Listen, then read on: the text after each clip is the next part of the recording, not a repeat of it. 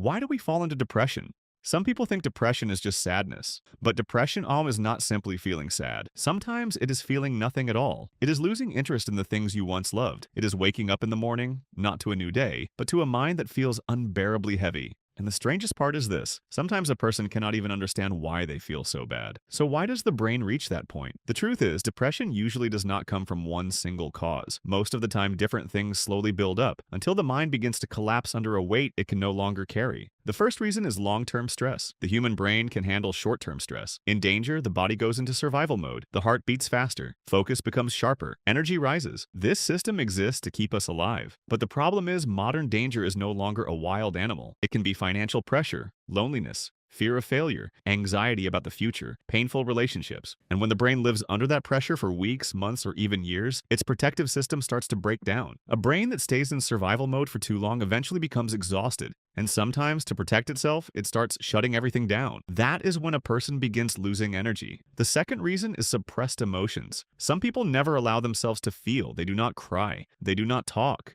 They keep everything inside. From the outside, they seem strong, but inside something is starting to build up, because emotions that are never felt do not disappear. They simply move deeper. And over time, those buried emotions can quietly change a person's entire mental state. Sometimes what someone is experiencing does not even look like depression. They simply say, "I'm tired. I don't feel like doing anything. I don't want to talk to anyone." But sometimes that is the mind quietly asking for help. Another cause is loneliness. The human brain is built for connection. And when someone feels unseen for too long, they can slowly feel disconnected from life itself. Sometimes the worst loneliness is not being alone. It is feeling alone around everyone. Another reason is loss of meaning. People do not just need life, they need a reason to keep living it. And when that reason disappears, the mind can begin to shut down. Then there is biology. Sometimes depression is not only emotional, it can also come from chemical changes in the brain. And when those systems shift, a person can feel empty without knowing why. But the most important thing is this: depression is not always weakness. Sometimes it is the brain saying, "I have carried too much for too long."